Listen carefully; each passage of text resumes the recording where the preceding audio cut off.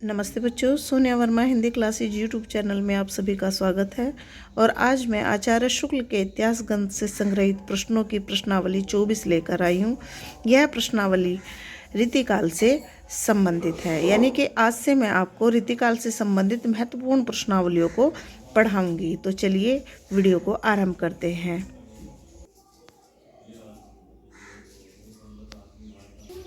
आज की प्रश्नावली 883 नंबर के क्वेश्चन से मैं आरंभ करने जा रही हूँ। इस प्रश्नावली में जितने क्वेश्चन महत्वपूर्ण हैं उनको मैंने इंडिकेट कर दिया है।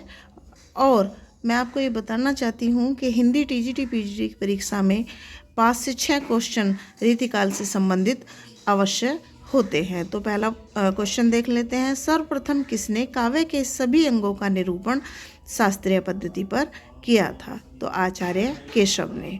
हिंदी रीति ग्रंथों की परंपरा किससे मानी जाती है? तो आचार्य चिंतामणि त्रिपाठी से हिंदी रीति ग्रंथों की परंपरा मानी जाती है।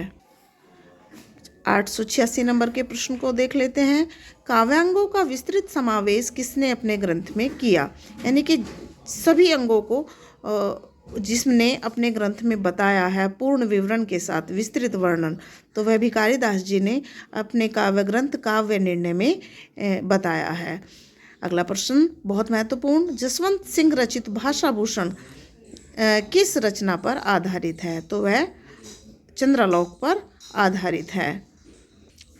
अगला क्वेश्चन परिभाषा पर आधारित है। रीति ग्रंथों के रचनाकारों को किसने भावुक, सहृदय और निपुण कवि कहा है? तो इसका उत्तर है आचार्य शुक्ल ने रीति ग्रंथकारों को भावुक, सहृदय और निपुण कवि कहा।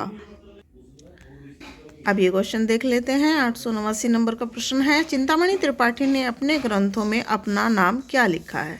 तो उन्होंने अपने ग्रंथों में अपने को मणिमाल के नाम से संबोधित किया है। चिंतामणि त्रिपाठी के अन्य 2 यशस्वी कवि भाई कौन माने जाते हैं? तो महाकवि भूषण और मतीराम चिंतामणि त्रिपाठी के यशस्वी भाई माने जाते हैं।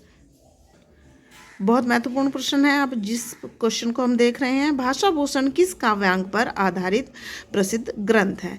तो यह अलंकार काव्यांग पर आधारित प्रसिद्ध ग्रंथ है। कौन आचार्य की हैसियत से हिंदी साहित्य जगत में आए, न कि कवि? अर्थात ऐसा कौन है जो केवल आचार्य की हैसियत से ही हिंदी साहित्य जगत में आए? तो जसवंत सिंह। अगला क्वेश्चन। श्रृंगार रस के ग्रंथों में सर्वाधिक प्रसिद्ध ग्रंथ कौन सा है? बहुत महत्वपूर्ण प्रश्न है। तो वह है बिहारी लाल कृत बिहारी सतसई। किस ग्रंथ का एक एक दोहा हिंदी साहित्य का एक एक रत्न माना जाता है? तो उत्तर है बिहारी सतसई का। किस ग्रंथ पर सर्वाधिक टीका ग्रंथ लिखे गए?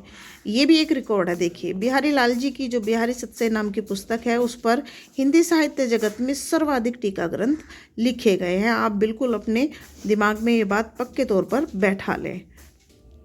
बिहारी सतसई पर सबसे उत्तम टीका किसने लिखी? तो पंडित जगन्नाथ दास रत्नाकर ने बिहारी सतसई पर सबसे उत्तम टीका लिखी है और हिंदी साहित्य जगत में यह टीका सर्वोत्तम टीका ग्रंथ माना जाता है।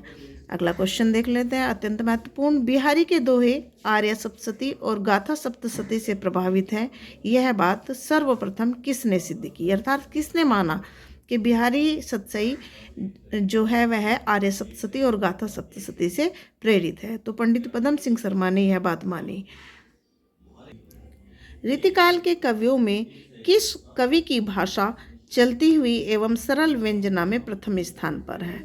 तो इसका उत्तर है वह भाषा मतीराम जी की है। अगला क्वेश्चन देखते हैं। रीतिकाल के प्रतिनिधि कवियों में से केवल किसकी भाषा मतीराम जैसी है? तो वह है पद्माकर की। और अगला क्वेश्चन हम देख रहे हैं, 900 नंबर का क्वेश्चन है। भूषण को भूषण उपाधि किसने दी? कई बार पूछा गया है। तो भूषण को भूषण उपाधि चित्रकूट नरेश रुद्रदेव सोलंकी ने दी थी। भूषण रचित वीर काव्य के नायक कौन हैं? तो उन्होंने जो अपने वीर काव्य लिखे हैं, उनके जो नायक हैं वह 2 हैं, छत्रपति शिवाजी और महाराजा छत्रसाल। यही इसका उत्तर होगा। और इस प्रश्नावली का अंतिम क्वेश्चन है, भूषण ने अपना कौन सा ग्रंथ अलंकार ग्रंथ के रूप में लिखा या बनाया?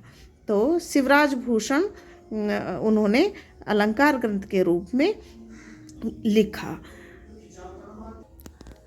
आशा करती हूँ आज की प्रश्नावली के प्रश्न आपको पसंद आएंगे। ऐसे ही नवीन जानकारियों से युक्त प्रश्नों की प्रश्नावली लेकर मैं कल फिर आऊँगी। तब तक के लिए नमस्ते, धन्यवाद।